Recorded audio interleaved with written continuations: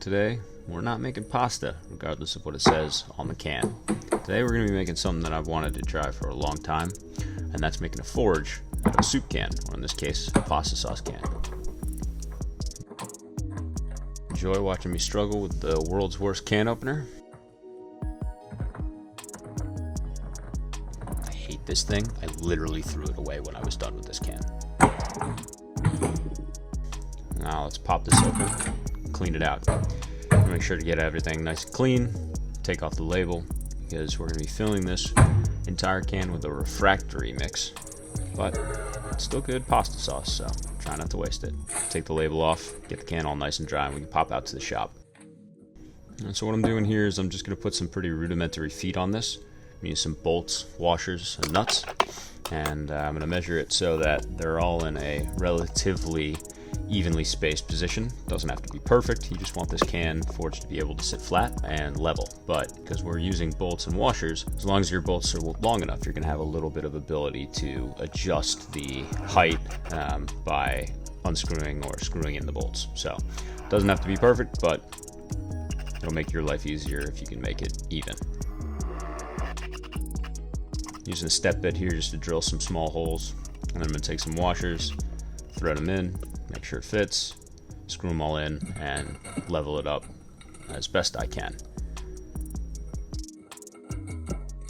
Here's a little shot to see. One nut on either side with washer and spacers in between. Relatively level, relatively sturdy. Here I'm going to put a hole in for the torch I'm using. I'm just using this little MAP gas torch.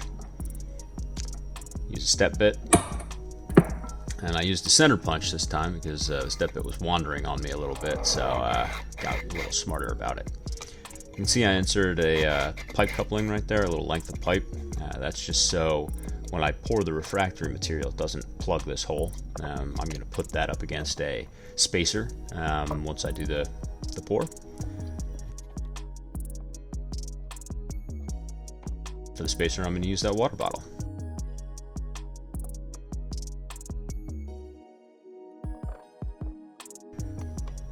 I'm going to take out the back here. You don't have to take out the back. I actually did a proof of concept on a smaller can before this where I left the back in. That's fine, but it'll contain more heat. But what you won't be able to do is you won't be able to put any material all the way through, so it'll limit the length of material that you can work with. Sanding down the edges just so it's not quite as sharp and deadly, because you are going to be handling this, so you don't want to cut yourself. So just use my Dremel to sand it down, and now I'm blocking off that end so I can prepare for the refractory material pour. As I mentioned before, I'm going to use this water bottle as a spacer. This is my favorite water bottle, and I probably shouldn't have used it. But you can see here it fits nicely against that circle that I cut out at the end, and that pipe, where the torch head will go through, rests up against the side, so it'll keep it clean when we pour the refractory mix in there.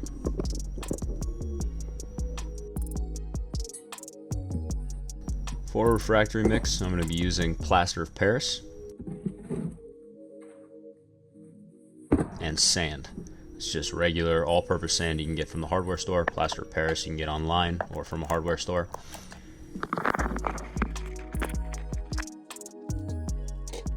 It's a 1-to-1 mix, so very simple to do. What I do here is I use just a standard solo cup, fill it up all the way with plaster of Paris, fill it up all the way with sand, and then repeat back and forth to make sure I've got a 1-to-1 mix nice and even. After you've got it all combined, you're going to want to mix it with your hand first. Same kind of premise as making bread. You want to distribute all those dry ingredients first before you put any wet ingredients in there, so you don't get weird areas where it's not mixed and doesn't set up. And so here I'm just mixing and adding a little bit of water at a time, mixing some more, adding some more water. You're kind of looking for like a thick pancake batter consistency. I'm just going to mix until I've got that.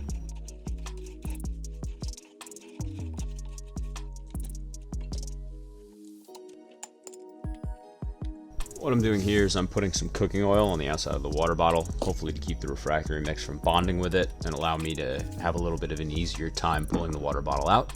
It's very important the tube that the head of your torch is going to go through is resting right up against the water bottle. You don't have any space there because you'll get refractory mix in between and you'll plug the hole. You don't want to wait until the mixture is fully set. You want to pull the water bottle out while it's still green, which just means it hasn't set up or cured fully yet. So Let's see if that actually works.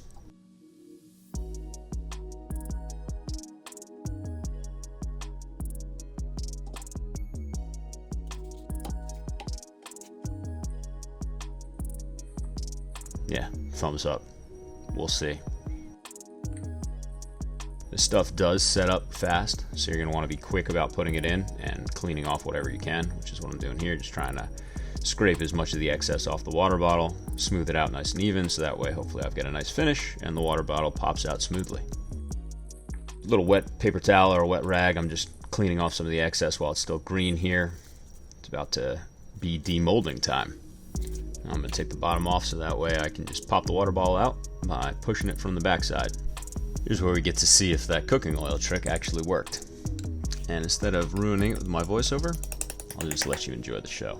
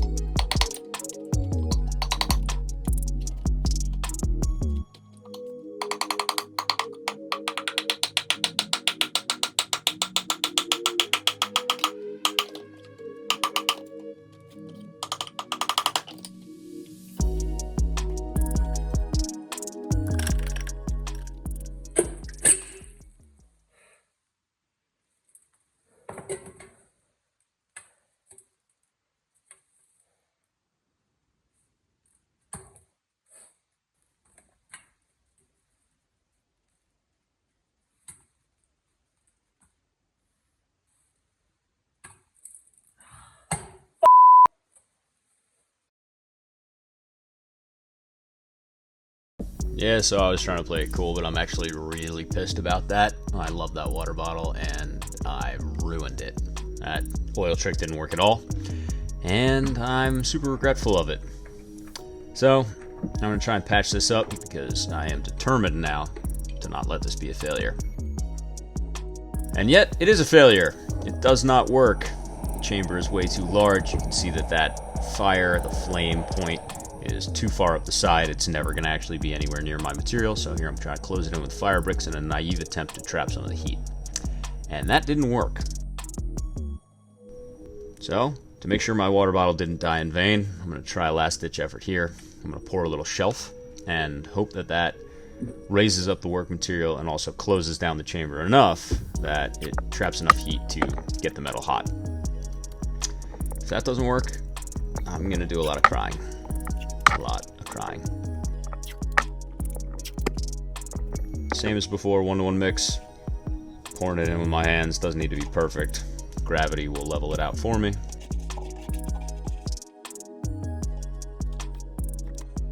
I'll clean it up a little bit with a putty knife here, just to get it as flat and smooth as possible. Alright, let's pop this off, see what it looks like. A little bit of cleanup. Doesn't need to be perfect, I'm just trying to smooth it all out, make it a little bit more even. Mostly make sure that the shelf is even, just so it's easy to get material in and out. You can see it closes down the chamber a lot, so it should hold a lot more heat and raise up my workpiece.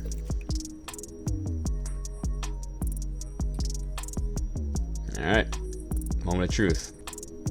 Let's see the position of that fire now.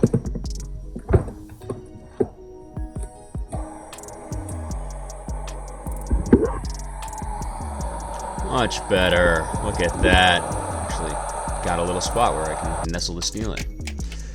Alright, so let's set this thing up and try it. Here's my very high-tech setup of plastic sawhorses and an old piece of an I-beam, a wooden I-beam, fire bricks, and a map gas torch. As you can see by that piece of metal, I've actually tested this a little bit beforehand, and it does work. It gets it hot enough to flatten out the metal. Somewhat cherry red. It's definitely a pretty concentrated flame, so it doesn't spread the heat around a lot. And yes, I know, my anvil is way too high. It's a janky setup.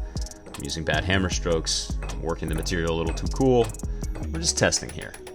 Just testing. Since set up my anvil on a stump, and all is well. I'm like a real amateur now. Alright, thanks for watching. That's all for now. Click that subscribe button to see more videos. I'm going to put out one where I show you how to make a knife using this setup.